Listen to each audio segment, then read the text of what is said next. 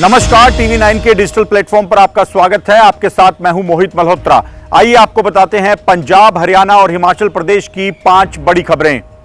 पंजाब कांग्रेस में जारी अंतर्कलह के बीच कांग्रेस आलाकमान का पूरा फोकस अब आने वाले विधानसभा चुनावों पर है। पंजाब में कुछ महीनों के बाद विधानसभा चुनाव होने हैं। ऐसे में कांग्रेस आलाकमान के सामने दोहरी चुनौती है। एक ओर तो पंजाब कांग्रेस में जारी नेताओं के अंतर्कलह को खत्म करना एक चुनौती बना हुआ है, वहीं दूसरी ओर विधानसभा चुनाव की तैयारियां भी हैं, जिसे लेकर पंजाब कांग्रेस के प्रभारी भूपेश बघेल गुरुवार की देर रात चंडीगढ़ पहुंच चुके हैं। चंडीगढ़ आने के बाद भूपेश बघेल ने कहा कि उन्हें ऐसा लगता है कि विधानसभा चुनाव इस बार जल्दी हो सकते हैं। इसी वजह से कांग्रेस ने संगठन स्तर पर अपनी तैयारियों को तेज कर दिया है। भूपेश बघेल का 10 दिन का पंजाब का दौरा भी शुरू हो चुका है। इस बार भूपेश बघेल सिर्फ चंडीगढ़ में ही नहीं रहेंगे, बल्कि वो पंजाब के तमाम जिलों में जाकर दौरे करेंगे और वहां पर संगठन से जुड़े तमाम पदाधिकारियों, जिला अध्यक्षों के साथ बैठक करके पूरी चुनाव की तैयारियों का जायजा लेंगे। भूपेश बघेल ने पंजाब में शुक्रवार को एक नए अभियान की शुरुआत की है। कांग्रेस का ये अभियान हर बूथ कांग्रेस मजबूत है, जिसके तहत हर बूथ पर कांग्रेस की ओर से ग्राउंड लेवल पर काम शुरू करने का पूरा कैंपेन लॉन्च कर दिया गया है। भूपेश बघेल का कहना है कि बूथ लेवल से ही कांग्रेस के कार्यकर्ताओं को साथ जोड़कर आने वाले चुनाव की तैयारियां शुरू की गई हैं और उन्हें पूरी उम्मीद है कि कांग्रेस एकजुट होकर चुनाव लड़ेगी और आने वाले विधानसभा चुनाव में बड़ी जीत हासिल करेगी। हालांकि भूपेश बघेल के द्वारा जो मीटिंगें ली जा रही हैं, उसको लेकर विवाद भी हो गया है। चरणजीत सिंह चन्नी गुट से जुड़े कई नेताओं ने कहा है कि उन्हें भूपेश बघेल की मीटिंग में शामिल होने के लिए कांग्रेस पार्टी की तरफ से कोई भी मैसेज या न्योता नहीं दिया गया है। इस बात को लेकर टकराव की स्थिति भी लगातार बनी हुई है, लेकिन भूपेश बघेल का कहना है कि पंजाब कांग्रेस में जो अंतर्कलह है वो इस वजह से है क्योंकि कांग्रेस एक लोकतांत्रिक पार्टी है। यहाँ पर हर नेता को अपनी आवाज़ उठाने का पूरा अधिकार दिया जाता है। इसी वजह से नेता अपना पक्ष रख रहे हैं। नाराज चल रहे नेताओं को भी एक मंच पर लाया जाएगा और जल्द ही पंजाब में कांग्रेस एकजुट होकर अपने चुनावी अभियान की शुरुआत कर देगी। तो बड़ा अपडेट पंजाब की राजनीति से यह है कि कांग्रेस ने हर बूथ कांग्रेस मजबूत कैंपेन के साथ चुनावी तैयारियों की शुरुआत कर दी है। लेकिन बड़ी बात यह है कि कब कांग्रेस के जो सीनियर नेता हैं वो एक मंच पर एक साथ दिखाई देंगे, क्योंकि इससे पहले हमने देखा कि संसद में जब पंजाब कांग्रेस के सांसद विरोध प्रदर्शन कर रहे थे, तब वहां पर अमरिंदर सिंह राजा वड़िंग, जो कि पंजाब कांग्रेस के अध्यक्ष हैं, लुधियाना से कांग्रेस के सांसद हैं, उनकी अगुवाई में कई प्रदर्शन हुए। लेकिन इन प्रदर्शनों से चरणजीत सिंह चन्नी और सुखजिंदर सिंह रंधावा जैसे सीनियर नेताओं ने दूरी बनाए रखी। चरणजीत सिंह चन्नी जालंधर से सांसद हैं, जबकि सुखजिंदर सिंह रंधावा गुरदासपुर से कांग्रेस के सांसद हैं। ये दोनों पंजाब कांग्रेस के बड़े चेहरे हैं, लेकिन जब संसद के अंदर प्रदर्शन हो रहे थे तब ये दोनों बड़े चेहरे ही वहां से नदारद दिखाई दिए, क्योंकि इन दोनों ही नेताओं का कहना है कि ये अमरिंदर सिंह राजा वड़िंग के साथ किसी भी सार्वजनिक मंच या पार्टी के कार्यक्रम में शामिल नहीं होंगे। तो फिलहाल कांग्रेस में जो जारी अंतर्कलह है उसको सुलझाने की जिम्मेदारी के साथ भूपेश बघेल पंजाब के दौरे पर पहुंच चुके हैं। उनका दावा है कि जल्द ही सारे विवाद सुलझा लिए जाएंगे। लेकिन बड़ी चुनौती यह है कि चरणजीत सिंह चन्नी और सुखजिंदर सिंह रंधावा जैसे जो दो बड़े नेता नाराज चल रहे हैं, उन्हें आखिरकार कैसे एक मंच पर लाया जाएगा। अमरिंदर सिंह राजा वड़िंग को जो अध्यक्ष की कुर्सी पर बनाए रखने का फैसला कांग्रेस आलाकमान ने लिया है, उसके खिलाफ जो पार्टी नेताओं में नाराजगी है, उसको कैसे दूर किया जाएगा, इन सभी सवालों के जवाब ढूंढने के लिए फिलहाल भूपेश बघेल पंजाब के दौरे पर पहुंच चुके हैं। भूपेश बघेल इसके साथ ही ये भी आकलन करेंगे कि अगर चरणजीत सिंह चन्नी की नाराजगी बनी रहती है और उनकी नाराजगी के साथ ही चुनाव में उतरना पड़ता है, आने वाले पंजाब विधानसभा चुनाव में चरणजीत सिंह चन्नी और सुखजिंदर सिंह रंधावा जैसे नेताओं की नाराजगी के साथ जाना पड़ता है, तो उसका नुकसान क्या होगा, उसका आकलन भी भूपेश बघेल अपने पंजाब दौरे के दौरान करने वाले हैं। पंजाब की रहने वाली एक लड़की के साथ मलेशिया में मारपीट की घटना का वीडियो सामने आया है। ये वीडियो लगातार सोशल मीडिया पर वायरल हो रहा है। दावा किया जा रहा है कि लड़की पंजाब के मोगा की रहने वाली है और मलेशिया में एक पाकिस्तानी युवक के साथ लिव इन रिलेशनशिप में रहती है। कुछ लड़के इस लड़की को हाईवे पर रोकते हैं और उसके साथ मारपीट करते हैं। जब मारपीट की घटना हो रही है तो वहाँ पर वो पाकिस्तानी युवक भी दिखाई दे रहा है, जिसके साथ लड़की मलेशिया में लिव इन रिलेशनशिप में रह रही है। वीडियो में पाकिस्तानी युवक मारपीट करने वाले लड़कों के साथ धक्का मुक्की करता हुआ दिखाई दे रहा है। उसका ये कहना है कि वो अपनी मर्जी के साथ और लड़की के परिवार की सहमति के साथ ही रिलेशनशिप में रह रहा है और बेवजह ही ये लड़के उनका विरोध कर रहे हैं। हालांकि मारपीट करने वाले लड़के सीधे तौर पे लड़की को कहते हैं कि वो जिस तरह से मलेशिया में एक पाकिस्तानी युवक के साथ रह रही है उसका भारत में विरोध हो रहा है। पंजाब के कई निहंग सिख संगठन भी इस पूरे मामले का विरोध कर रहे हैं। लड़के फ़ोन पर किसी महिला को कॉल पर लेते हैं और कहते हैं कि इस लड़की को भारत डिपोर्ट कर दिया जाना चाहिए। हालांकि इस पूरे मामले को लेकर अब तक ये पुष्टि नहीं हो सकी है कि लड़की पंजाब के मोगा के किस गांव की रहने वाली है और इसका परिवार कहां है। लेकिन जो मारपीट करने वाले लड़के वीडियो में दिखाई दे रहे हैं वो लगातार लड़की से मांग करते हैं कि वो अपने परिवार से उनकी बातचीत करवाए। अगर वो अपने परिवार की सहमति से पाकिस्तानी युवक के साथ रह रही है तो वो उनकी बात अपने परिवार से करवाए, लेकिन लड़की ऐसा नहीं करती है और बार बार यही कहती है कि फ़ोन नहीं लग पा रहा है।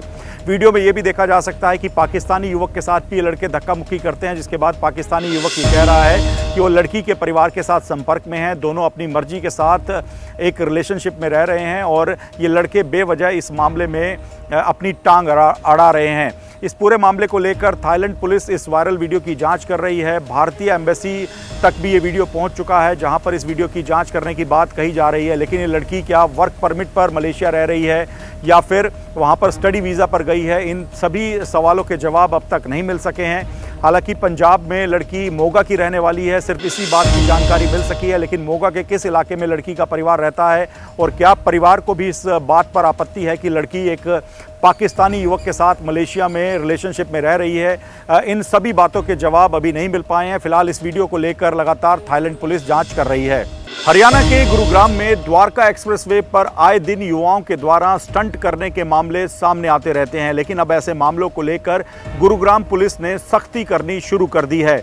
करोड़ों रुपए की लैम्बोर्गिनी कार के साथ स्टंट करने वाले 24 साल के एक युवक को गुरुग्राम पुलिस ने गिरफ्तार कर लिया है। ये युवक अपनी लैम्बोर्गिनी कार के साथ द्वारका एक्सप्रेसवे पर स्टंट कर रहा था, जिसका वीडियो सोशल मीडिया पर वायरल होने के बाद गुरुग्राम पुलिस के द्वारा ये कार्रवाई की गई है।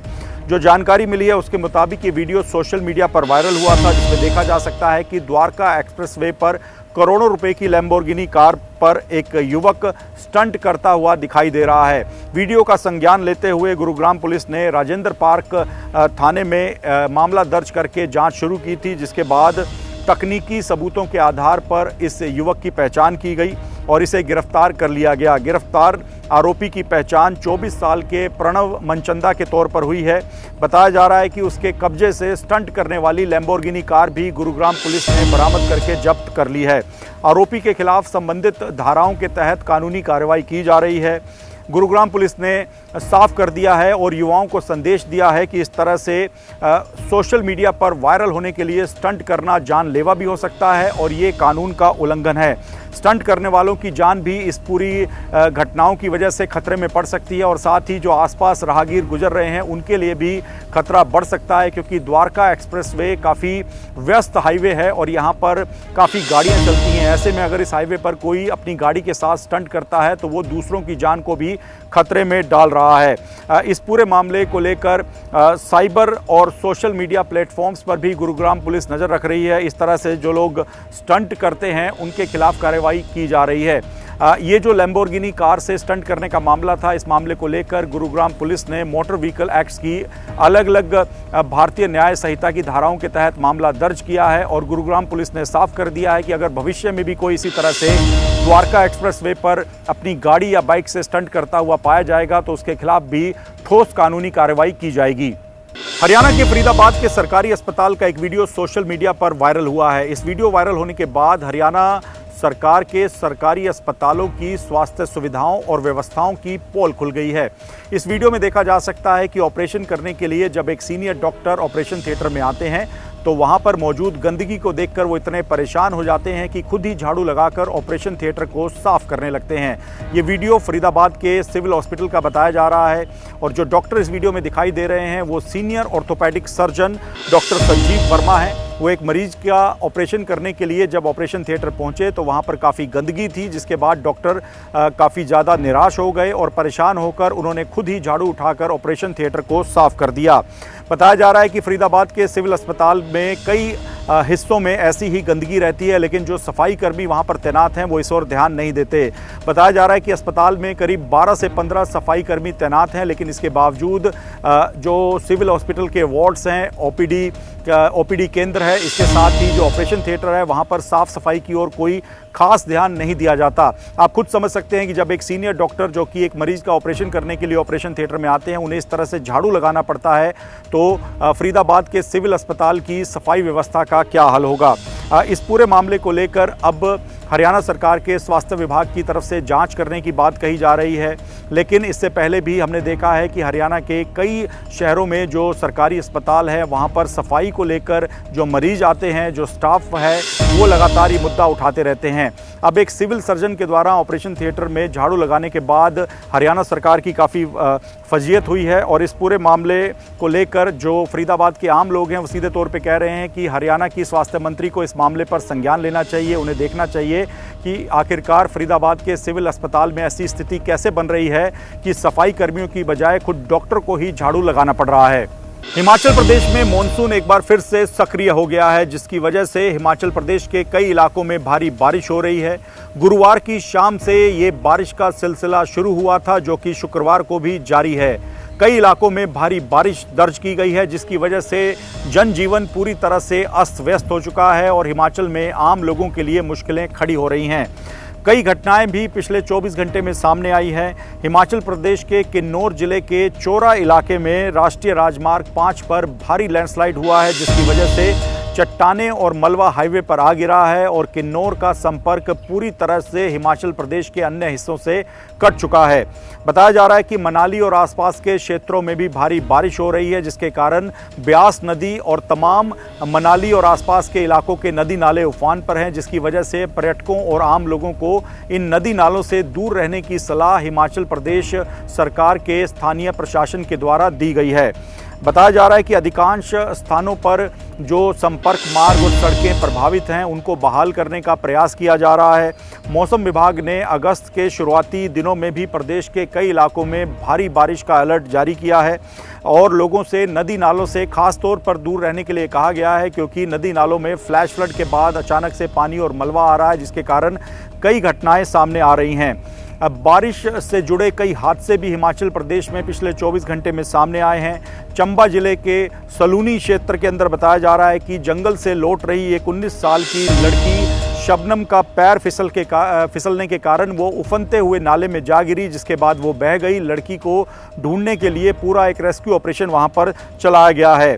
बताया जा रहा है कि रेस्क्यू ऑपरेशन के बाद लड़की का शव शुक्रवार की सुबह सियूल नदी से बरामद कर लिया गया है। वहीं लाहौल स्पीति में भी लगातार 19 जुलाई से एक युवक जो नाले के तेज बहाव में बहने के कारण लापता हो गया था, उसकी लाश भी बरामद कर ली गई है।